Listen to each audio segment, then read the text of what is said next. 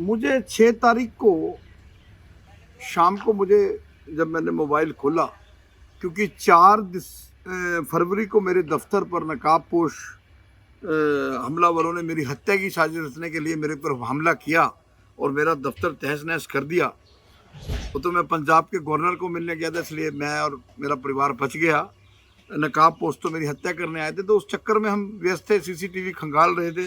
तो 6 तारीख को मैंने शाम को देखा, मुझे एक वॉइस मैसेज आया हुआ था जिसकी डीपी लगी हुई थी खालिस्तान के झंडे की, और उसमें उन्होंने मुझे धमकी दी कि तुझे और संत गुरमीत राम रहीम को मौत के घाट उतारेंगे, संत गुरमीत राम रहीम को भी सूरी की तरह मारेंगे, और हवारा को बाहर आने दे। हवारा, जगतार सिंह हवारा जिसने सरदार बेन सिंह की हत्या की, उस हवारा को बाहर आने दे। जिस दिन हवारा बाहर आएगा तू भी वीरेश शंडिला जिंदा नहीं बचेगा। और मुझे बुरी तरह उन्होंने और अपशब्द कहे, जिस पर अम्बाला शहर थाना में कल रात एफआईआर दर्ज हो गई। मैं, चाहे वो खालिस्तानी समर्थक हों, चाहे वो देशद्रोही ताकतें हों, चाहे वो भारतीय तिरंगे को चुनौती देने वाली ताकतें हों, चाहे देश की पीस को भंग करने वाली ताकतें हों, चाहे हिंदू सिख भाईचारे को कमज़ोर करने की ताकतें हों, चाहे राष्ट्र की एकता और अखंडता को भंग करने की ताकतें हों, मैं इनसे डरने वाला नहीं हूँ। मैं क्या, संत गुरमीत राम रहीम जी भी डरने वाले नहीं है। पुलिस ने जांच एफआईआर दर्ज करके जांच शुरू कर दिया है। मेरी मुहिम जारी रहेगी, लेकिन ये ताकतें जो हैं ये सिर्फ दहशत फैलाने के लिए, मेरे को तो ये इसलिए मारना चाहते हैं। हवारा की बात जो आई, जगतार सिंह हवारा जिसने बेन सिंह मारा, क्योंकि मैंने वो तिहाड़ जेल से चंडीगढ़ बटायल जेल आने की साजिश रच रहा था।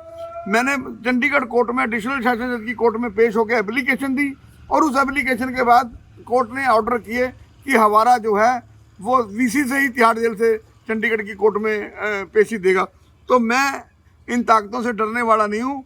मेरी खालिस्तान के खिलाफ मूवमेंट जारी रहेगी, और जिन ताकतों ने जगतार सिंह को जत्थेदार बनाया हुआ है, ये अकाल तख्त की मर्यादा को भी खंडित करने वाली बात है। ऐसी ताकतों के खिलाफ देशद्रोह का मामला दर्ज होना। मुझे 6 तारीख को शाम को जब मैंने मोबाइल खोला, क्योंकि फरवरी को मेरे दफ्तर पर नकाबपोश हमलावरों ने मेरी हत्या की साजिश रचने के लिए मेरे पर हमला किया और मेरा दफ्तर तहस नहस कर दिया।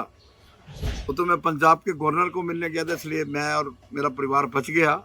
नकाबपोश तो मेरी हत्या करने आए थे, तो उस चक्कर में हम व्यस्त थे, सीसीटीवी खंगाल रहे थे।